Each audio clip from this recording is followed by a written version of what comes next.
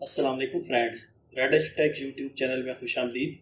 Friends, आज की video में हम आप फ्रेंड्स को सिखाएंगे और फ्रेंड्स को बताएंगे कि अगर आपके पास एक ऐसा किसी भी दराज का ऐसा हैंडल हो या इसके अलावा कोई भी ऐसा स्क्रू पोस्ट हो, आप इसको कैसे एक मजबूत तरीके से लगाएंगे।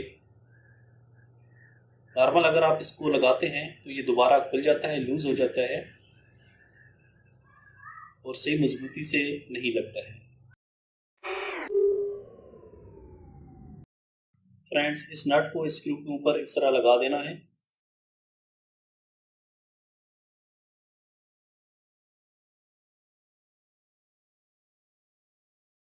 मेरे पास एक थ्रेड है, धागा।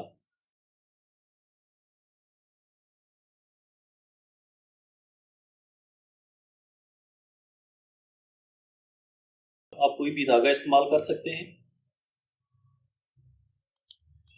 इसको इस तरह स्क्रू के ऊपर लपेट देना है और इतना लपेटना है ताकि आराम से थोड़ा सा ग्रिप होके, थोड़ा सा टाइट होकर इस हैंडल के अंदर चला जाए।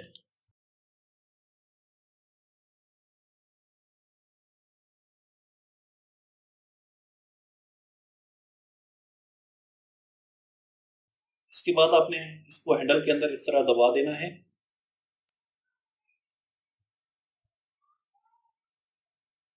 अगर ये हैंडल के अंदर न जा रहा हो तो थोड़ा सा आपने जो थ्रेड इसके ऊपर लगाया है थोड़ा सा उसको लूज कर लेना है, या फिर हथौड़े की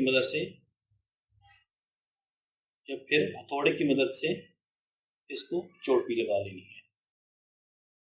स्क्रू लगाने के बाद इसको 90 डिग्री पर अलाइन भी करना है।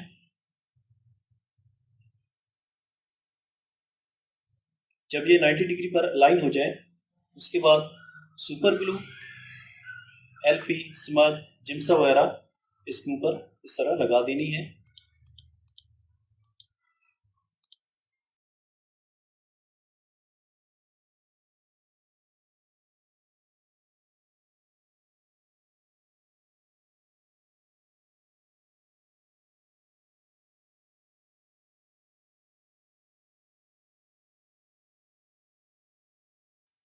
एलपी लगाने के साथ ही फौरन आपने स्क्रू को इसके अंदर से निकाल लेना है।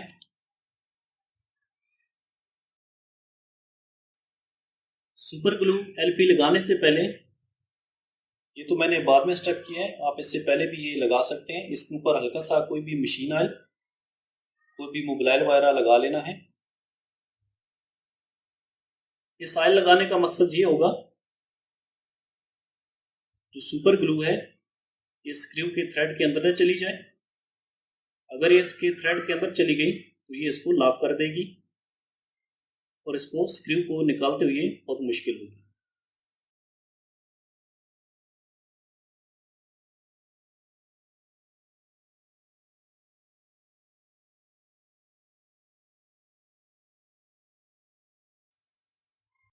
जैसा कि फ्रेंड्स आपने देखा है, इस तरह हमने बहुत आसानी के साथ और बहुत मजबूती के साथ इसके नट को इसके हैंडल के अंदर टाइट कर दिया है। अब ये काफ़ी जोर लगाने पर भी फायर नहीं आएगा।